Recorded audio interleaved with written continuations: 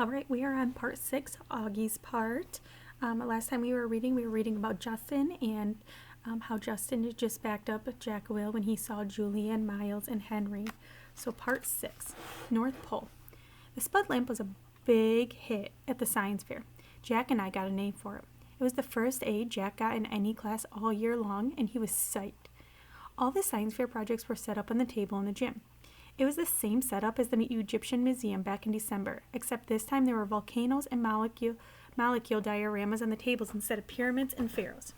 And instead of the kids taking our parents around to look at everybody else's artifact, we had to stand by our tables while all the parents wandered around the room and came over to us one by one. Here's the math on this one. 60 kids in the grade equals 60 sets of parents, and doesn't even include grandparents. So that's a minimum of 120 pairs of eyes that find their way over to me. Eyes that are not used to me as their kids' eyes are by now. It's like how a compass needle always points north. No matter which way you're facing, all those eyes on the compasses, and all those eyes are compasses, and I'm like the North Pole to them. That's why I still don't like school events that include parents. I don't hate them as much as I did in the beginning of the school year, like the Thanksgiving Sharing Festival. That was the worst one of all, I think. That was the first time I had to face the parents all at once. The Egyptian Museum came after that, but that one was okay because I got to dress up as a mummy and nobody noticed me.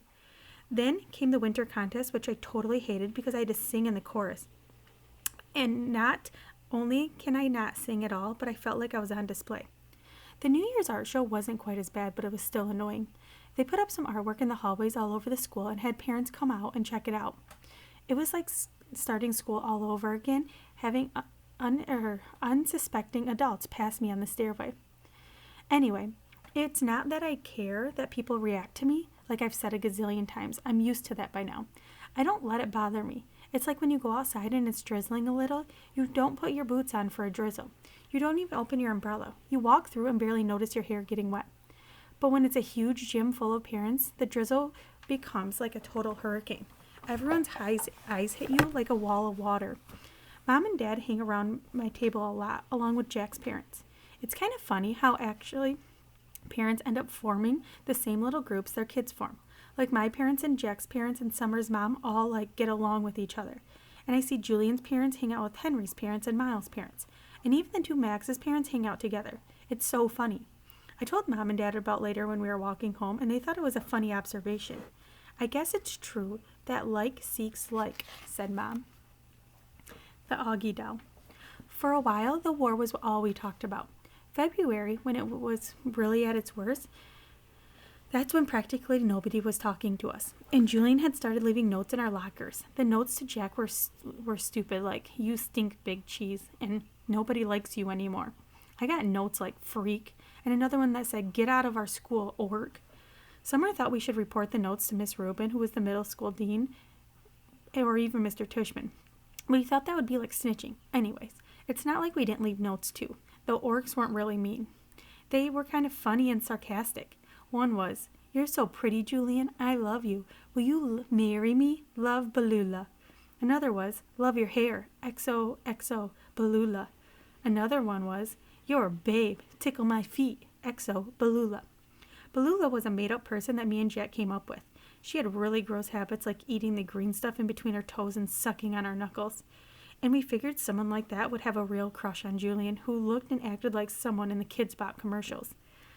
There were also a couple of times in February when Julian, Miles, and Henry played tricks on Jack. They didn't play tricks on me, I think because they knew if they got caught bullying me, it would be big trouble for them. Jack, they figured, was an easy target. So one time they stole his gym shorts and played monkey in the middle with him in the locker room. Another time Miles, who sat next to Jack in homeroom, swiped Jack's worksheet off his desk, crumpled it in a ball, and tossed it across the room to Julian. This wouldn't have happened if Miss Batosa had been there, of course, but there was a substitute that day, and subs never really know what's going on. Jack was good about this stuff. He never let them see he was upset, though I think sometimes he was.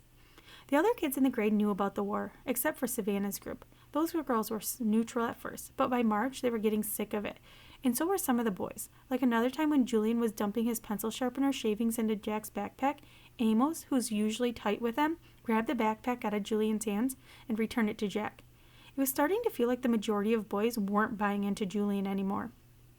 Then, a few weeks ago, Julian started spreading this ridiculous rumor that Jack had hired some hitman to get him and Miles and Henry.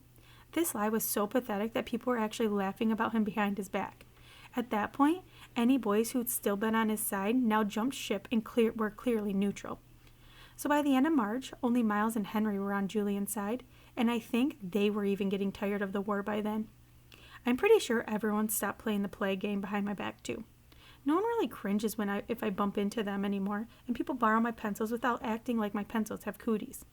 People even joke around with me now sometimes. Like the other day I saw Maya writing a note to Ellie on a piece of Ugly Doll stationery, and I don't know why, but I kind of just randomly said, "Did you guys know the guy who created the Ugly Dolls based them on me?"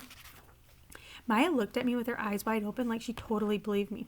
Then, when she realized I was only kidding, she thought it was the funniest thing in the world. "You're so funny, August," she said. And then she told Ellie and some of the girls what I had just said, and they all thought it was funny too. Like at first they were shocked, but then they saw I was laughing about it, and they knew it was okay to laugh about it too. The next day, I found a little Ugly Doll keychain sitting on my chair with a nice little note from Maya that said, "For the nicest Augie doll in the world, XO, Maya." 6 months ago, stuff like that would never have happened to me, but now it happens more and more. Also, people have been really nice about the hearing aids I started wearing. Labatt. Ever since I was little, the doctors told my parents that someday I'd need hearing aids. I don't know why this always freaked me out a bit, maybe because anything to do with my ears bothers me a lot. My hearing was getting worse, but I hadn't told anyone about it. That ocean sound that was always in my head had been getting louder. I was drowning out people's voices like it was underwater. I couldn't hear teachers if I sat in the back of the class, but I knew if I told Mom and Dad about it, I'd end up with hearing aids, and I was hoping that I could make it through 5th grade without having that happen. And then my annual checkup in October, I flunked my audiology test, and the doctor was like, "Dude, it's time." And he sent me to a special ear doctor who took impressions of my ears. Out of all my features, my ears were the ones I hated most. They're like little tiny closed fists on the side of my face. They're too low on my head too. They look like squished pieces of pizza dough sticking out of the top of my neck or something. Okay, maybe I'm exaggerating a little bit, but I really hated them. When the ear doctor first pulled my hearing aids out of me and Mom to look at it, I groaned. "I'm not wearing that thing," I announced, folding my arms in front of me. "I know they probably look kind of big," said the ear doctor, "but we have to attach them to a headband because we have no other way of making them stay in your ears." See, normal hearing aids usually have a part that wraps around the outer ear to hold the inner bud in place. But in my case, since I don't have outer ears, they had to put the earbuds on this heavy-duty headband that was supposed to wrap around the back of my head. "I can't wear that, Mom," I whined. "You can hardly notice them," said Mom, trying to be cheerful. "They look like headphones." "Headphones? Look at them, Mom," I said angrily. "I'll look like a Labatt." "Which one is Labatt?" said Mom calmly. "Labatt?" The ear doctor smiled as he looked at the headphones and made some adjustments. "The Empire Strikes Back? The bald guy with his cool bionic radio transmitter thing that wraps around the back of his skull?" "I'm drawing a blank," said Mom. "You know Star Wars stuff?" I asked the doctor. "No Star Wars stuff," he answered, slipping the thing over my head. "I practically invented Star Wars stuff." He leaned back into his chair to see how the headband fit and then took it off again. "Now, Augie, I want you to explain what all this is," he said, pointing to the different parts of one of the hearing aids. "This curved piece of plastic over here connects to the tube on the ear mold. That's why we took impressions back in December, so that this part that goes inside your ear fits nice and snug. This part here is called the tone hook, okay? And this thing is the special part we've attached to the cradle here." "The Labatt part?" I said miserably. "Hey, Labatt is cool," said the ear doctor. "It's not like we're going to say, 'Hey, you look like Jar Jar,' you know. That would definitely be bad." He slid the earphones on my head carefully. "There you go, August. So how's that?" "Totally uncomfortable," I said. "You'll get used to them very quickly," he said. I looked in the mirror and my eyes just started tearing up. All I saw were these tubes jutting out from either side of my head like antennas. "Do I really have to wear this, Mom?" I said, trying not to cry. "I hate them. They don't even make any difference." "Give it a second, buddy," said the doctor. "I haven't even turned them on yet. Wait until you hear the difference. You'll want to wear them." "No, I won't." And then he turned them on. Next chapter, Hearing Brightly. How can I describe what I heard when the doctor turned my hearing aids on? Or what did I not hear? It's hard to think of words. The ocean just wasn't living inside my head anymore. It was gone. I could hear sounds like shiny lights in my brain. It was like when you're in a room with one of those light bulbs on the ceiling isn't working, but you don't realize how dark it is until someone changes the light bulb and you're like, whoa, it's so bright in here. I don't know if there's a word that means the same as bright in terms of hearing, but I wish I knew one, because my ears were hearing brightly now. How does it sound? Augie, said the ear doctor. Can you hear me okay, buddy? I looked at him and smiled, but I didn't answer. Sweetie, do you hear anything different? Said Mom. You don't have to shout, Mom. I nodded happily. Are you hearing better? Asked the ear doctor. I don't hear that noise anymore, I answered. It's just so quiet in my ears. The white noise is gone, he said, nodding.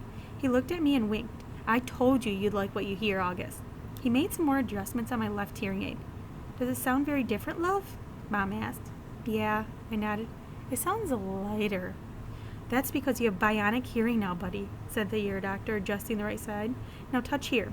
He put my hand behind the hearing aid. Do you feel that? That's the volume. You have to find the volume that works for you. We're going to do that next. Well, what do you think?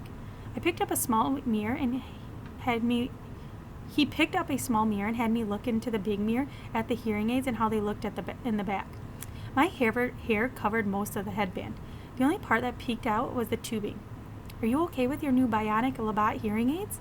The ear doctor asked, looking at me in the mirror. Yeah, I said. Thank you. Thank you so much, Dr. James, said Mom. The first day I showed up at school with the hearing aids, I thought kids would make a big deal about it, but no one did. Summer was glad I could hear better, and Jack said it made me look like an FBI agent or something. But that was it.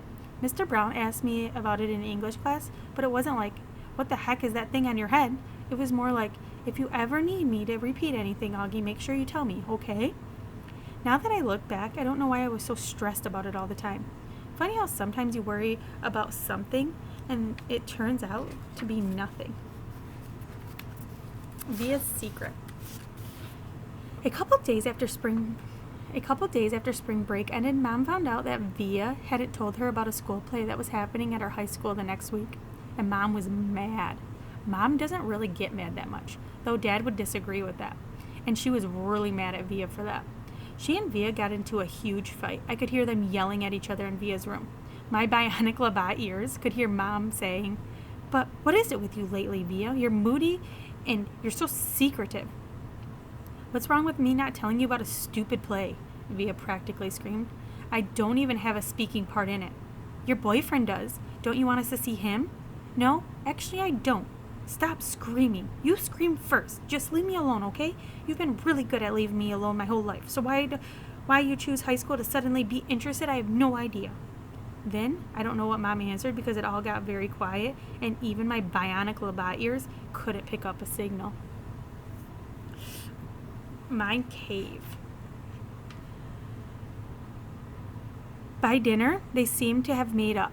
Dad was working late. Daisy was sleeping. She'd thrown up a lot earlier in that day, and Mom made an appointment to take her to the vet the next morning. The three of us were sitting down, and no one was talking. Finally, I said, "So, are we going to go see Justin in a play?" Via didn't answer, but looked down at her plate. "You know, Augie," said Mom quietly, "I hadn't realized what the play was, and it really isn't something that would be interesting to kids your age." "So, I'm not invited?" I said, looking at Via. "I didn't say that," said Mom. "It's just I don't think it's something you would enjoy. You'd totally get bored," said Via, like she was accusing me of something. "Are you and Dad going?" I asked. "Dad'll go," said Mom. "I'll stay home with you." "What?" Via yelled at Mom. "Oh, great. So you're going to just punish me for being honest by not going?" "You didn't want us to go in the first place, remember?" answered Mom. "But now that you know about it, of course I want you to go," said Via. "Well, I've got to weigh everyone's feelings here, Via," said Mom. "What are you two talking about?" I shouted. "Nothing," they both snapped at the same time. "Just something about Via's school that has nothing to do with you," said Mom. "You're lying," I said. "Excuse me?" said Mom, kind of shocked. Even Via looked surprised. "I said you're lying," I shouted. "You're lying," I screamed at Via, getting up. "You're both liars. You're both lying right to my face like I'm an idiot." "Sit down, Augie," said Mom, grabbing my arm. I pulled my arm away and pointed at Via. You think I don't know what's going on? I yelled. You don't want your brand new fancy high school friends to know your brother's a freak. Augie, Mom yelled. That is not true. Stop lying to me, Mom, I shrieked. Stop treating me like I'm a baby. I'm not retarded. I know what's going on. I ran down the hallway to my room and slammed the door behind me so hard that I actually heard the little pieces of the wall crumble inside the door frame. Then I plopped onto my bed and pulled the covers up on top of me. I threw my pillows over my disgusting face and then piled all my stuffed animals on top of the pillows like I was inside a little cave. If I could walk around a pillow over my face all the time, I would. I don't even know how I got so mad. I wasn't really mad at the beginning of dinner. I wasn't even sad. But then all of a sudden, it all just kind of exploded out of me. I knew Via didn't want me to go to her stupid play, and I knew why. I figured Mom would follow me into my room right away, but she didn't. I wanted her to find me inside my cave of stuffed animals, so I waited a little longer. But even after 10 minutes, she still didn't come after me. I was pretty surprised. She always checks in on me when I'm in my room, upset about stuff. I pictured Mom and Via talking about me in the kitchen, and I figured Via was feeling really, really, really bad. I pictured Mom laying on the couch of guilt. I pictured Mom totally laying on all the guilt, and Dad would be mad at her when he got home too. I made a little hole through the pile of pillows and stuffed animals and peeked at my clock on the wall. Half-hour passed, and Mom still hadn't come into my room. I tried to listen for sounds in the other rooms. Were they still having dinner? What was going on? Finally, the door opened. It was Via. She didn't even bother coming over to my bed. She didn't come in softly like I thought she would. She came in quickly. Oh, my word. This is the worst chapter. Goodbye. Augie, said Via. Come quick. Mom needs to talk to you. I'm not apologizing. This isn't about you, she yelled. Not everything in the world is about you, Augie. Now hurry up. Daisy's sick. Mom's taking her to the emergency vet. Come say goodbye. I pushed the pillows off my face and looked up at her. That's when I saw she was crying. What do you mean, goodbye?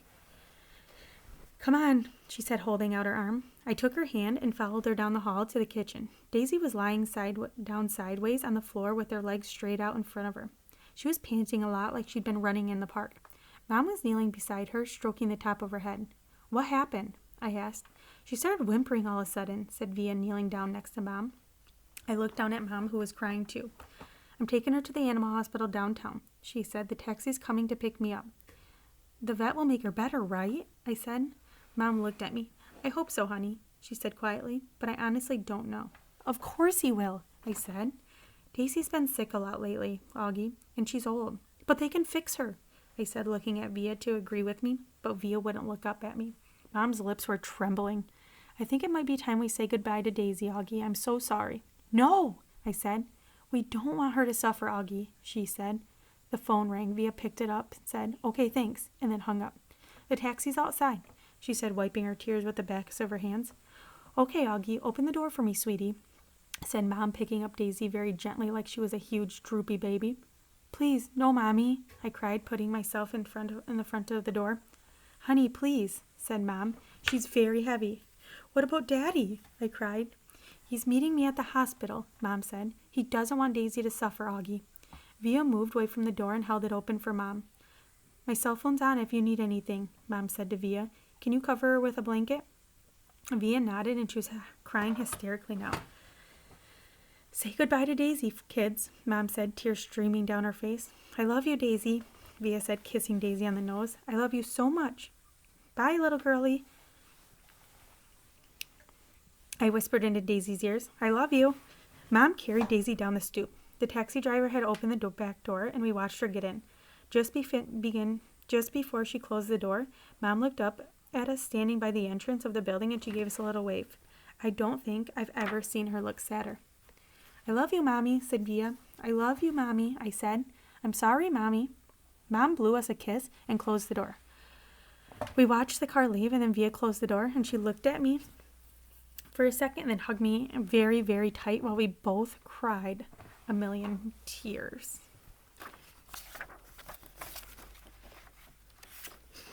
Daisy's toys. Justin came over about a half an hour later.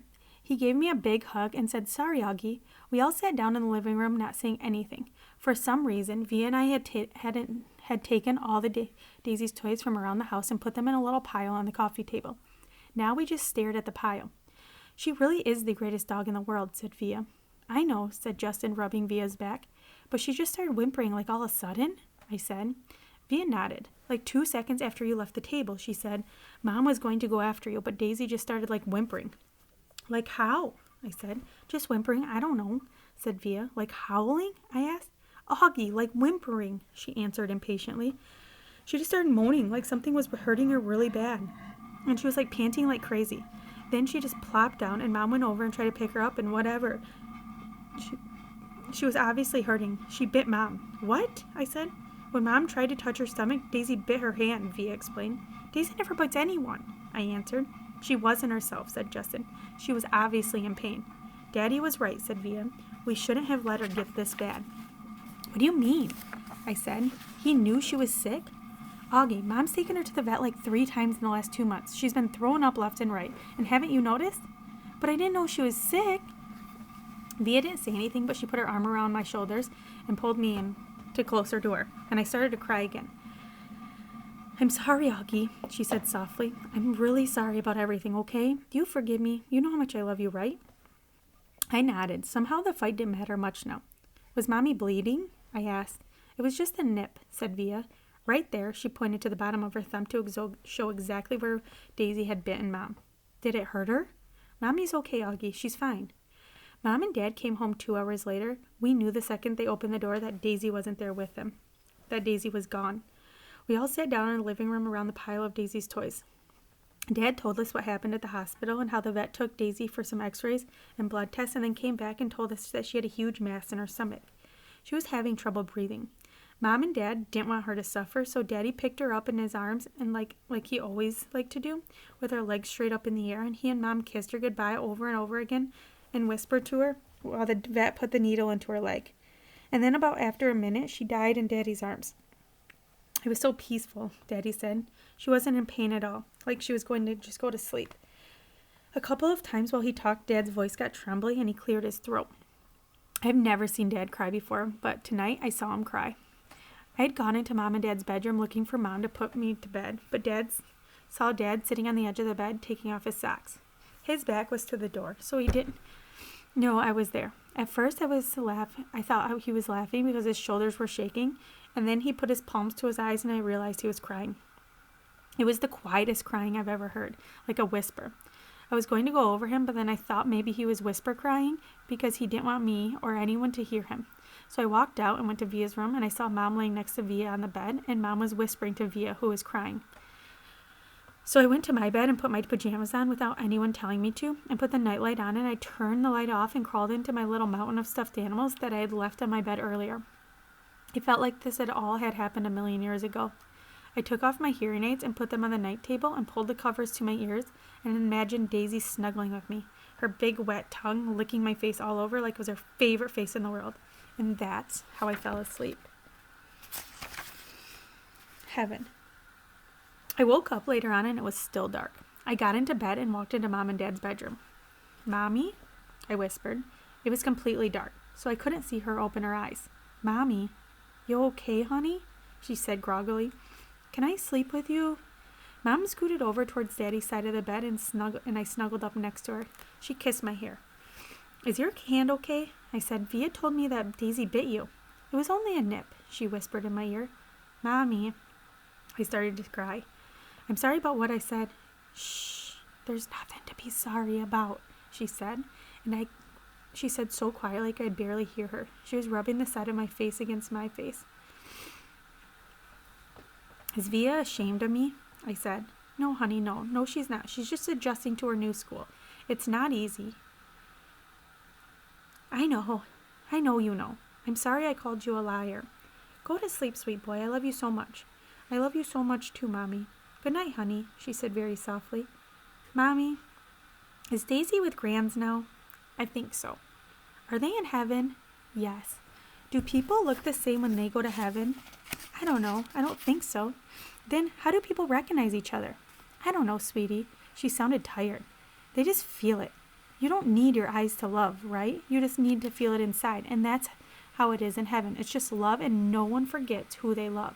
She kissed me again. Now go to sleep, honey. It's late, and I'm so tired. But I couldn't go to sleep. Even after I knew she had fallen asleep, I could hear Daddy sleeping too, and I imagined I could hear Via sleeping down the hallway in her room, and I wondered if Daisy was sleeping in heaven right then. And if she was sleeping, was she dreaming about me? And I wondered how it would feel to be in heaven someday and not have this face anymore. And just like that, and just like it never, ever mattered to Daisy. Only a couple more. 2 more chapters, and then we're into Miranda's part, so I'm going to finish those up. Via brought 3 tickets from her school play home from school a few days after Daisy had died. We never mentioned the fight we had over dinner again. On the night of the play, right before she and Justin were leaving to get to school early, she gave me a big hug and told me that she loved me and was proud to be my sister.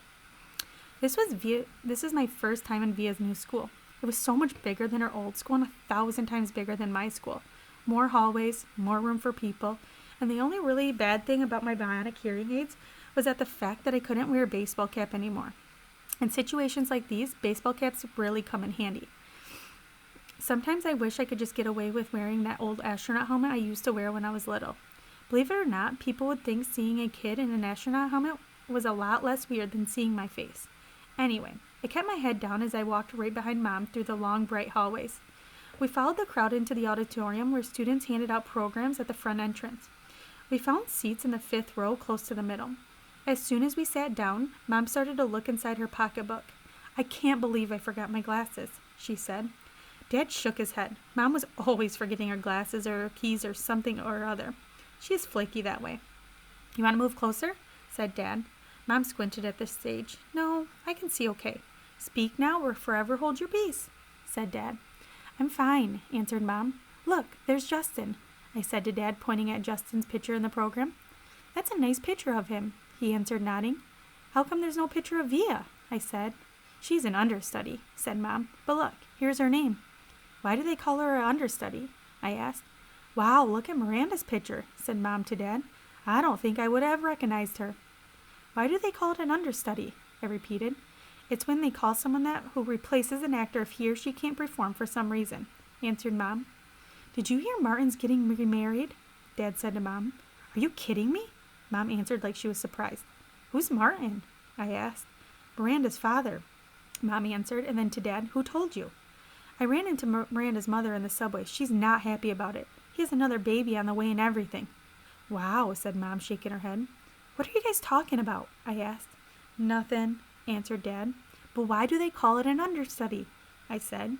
"I don't know, Augie Doggy," Dad answered. "Maybe because the actors kind of study under the main characters or something? I really don't know." I was going to say something else, but then the lights went down and the audience got very quiet very quickly. "Daddy, can you please not call me Augie Doggy anymore?" I whispered in Dad's ears. Dad smiled and nodded and gave me a thumbs up. The play started and the curtains opened. The stage was completely empty except for Justin, who was sitting on an old rickety chair turning his fiddle. He was wearing an old-fashioned type of suit and a straw hat. "This play is called Our Town," he said to the audience. "It is written by Thornton Wilder, produced and directed by Philip Davenport. The name of the town is Grover's Corner, New Hampshire, just across the Massachusetts line. Altitude 42 degrees 40 minutes. Longitude 70 degrees 37 minutes. The first act shows a day in our town. The day is May 7th, 1901. The first is just before dawn. The time is just before dawn. I knew right then that I was going to like this play. It wasn't like other school plays I've been to, like The Wizard of Oz or Cloudy with a Chance of Meatballs. No, this was a grown-up seeming. And I felt smart sitting here watching it.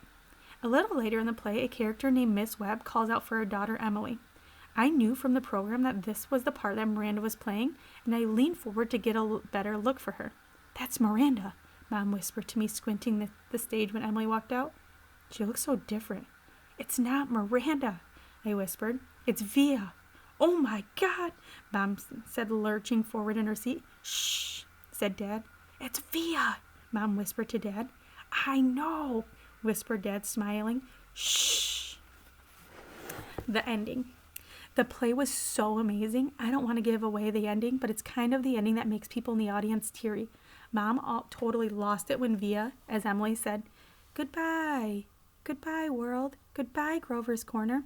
Mama and Papa. Goodbye to the clocks ticking and Mom's sunflowers and food and coffee and the iron dresses and hot baths and sleeping and waking up. Oh, Earth, you're too wonderful for anybody to realize you." Via was actually crying while she was saying this, like real tears. I could see them rolling down her cheeks. It was totally awesome. After the curtain closes, everyone in the audience started clapping. Then the actors came out one by one. Via and Justin were the last ones out, and when they appeared, the whole audience rose to their feet. "Bravo!" I heard Dad yelling through his hands. "Why is everyone getting up?" I said. "It's a standing ovation," said Mom, getting up. So I got up and I clapped and clapped. I clapped until my hands hurt. For a second, I imagined how cool it would be to be Via and Justin right then, having all these people standing up and cheering for them. I think there should be a rule that everyone in the world should get a standing ovation at least once in their lives. Finally, after I don't know how many minutes, the line of actors on stage stepped back and the curtain closed in front of them, clapping and stopping, and the lights went up and the audience started getting up to leave. Me and Mom and Dad made our way to the backstage. Crowds of people were congratulating the performers, surrounding them and patting them on the back. We saw Via and Justin at the center of the crowd, smiling at everyone, laughing and talking. "Via!" shouted Dad, waving as he made his way through the crowd. When he got close enough, he hugged her and lifted her off the floor a little bit. "You were amazing, sweetheart." "Oh my God, Via," Mom was screaming with excitement. "Oh my God, oh my God." She was hugging Via so hard that I thought Via was going to suffocate, but Via was laughing. "You were brilliant," said Dad. "Brilliant," said Mom, kind of nodding and shaking her head at the same time. "And you, Justin," said Dad, shaking Justin's hand and giving me a hug at the first time. "You were fantastic." "Fantastic," Mom repeated. She was honestly so emotional she could barely talk. "What a shock to see you up there, Via," said Dad. "Mom didn't even recognize you at first," I said. "I didn't recognize you," said Mom, her hand over her mouth. "Maria got sick right before the show had started," said Via, all out of breath. "There wasn't even time to make an announcement. I have to say she looked kind of strange because she was wearing all this makeup, and I've never seen her like this before. And you just stepped in there, right there in the last minute?" said Dad. "Wow." "She was amazing, wasn't she?" said Justin, his arm around Via. "There wasn't a dry eye in the house," said Dad. "Is Miranda okay?" I said, but no one heard me. At that moment, a man who I think was their teacher came over to Justin and Via, clapping his hands. "Bravo! Bravo!" Olivia and Justin. He kissed Via on both cheeks. "I flubbed a couple of lines," said Via, shaking her head. "But you got through it," the man smiling ear to ear. "Mr. Davenport, these are my parents," said Via. "You must be so proud of your girl," he said, shaking their hands with both his hands. "We are. And this is my little brother, August," said Via. He looked like he was about to say something, but suddenly froze when he looked at me. "Mr. D," said Justin, pulling him by the arm, "come meet my mom." Via was about to say something to me, but then someone else came over and started talking to her. And before I knew it, I was kind of alone in the crowd. I mean, I knew where Mom and Dad were, but there were so many people all around us, and people kept bumping into me, spinning me around a bit, giving me that 1-2 look, which made me feel kind of bad. I don't know if it was this because I was feeling hot or something, but I kind of started getting dizzy. People's faces were blurring in my head, and their voices were so loud it was almost hurting my ears. I turned the volume down on my Labatt ears, but I got confused and turned them up louder at first, which kind of shocked me. And then I looked up, and I didn't see Mom or Dad or Via. "Via!" yelled out. "Via!" I yelled out. I started pushing through the crowd to find Mom. "Mommy!"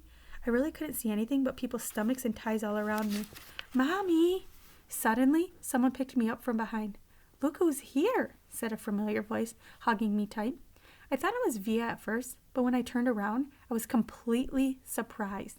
"Hey, Major Tom," she said.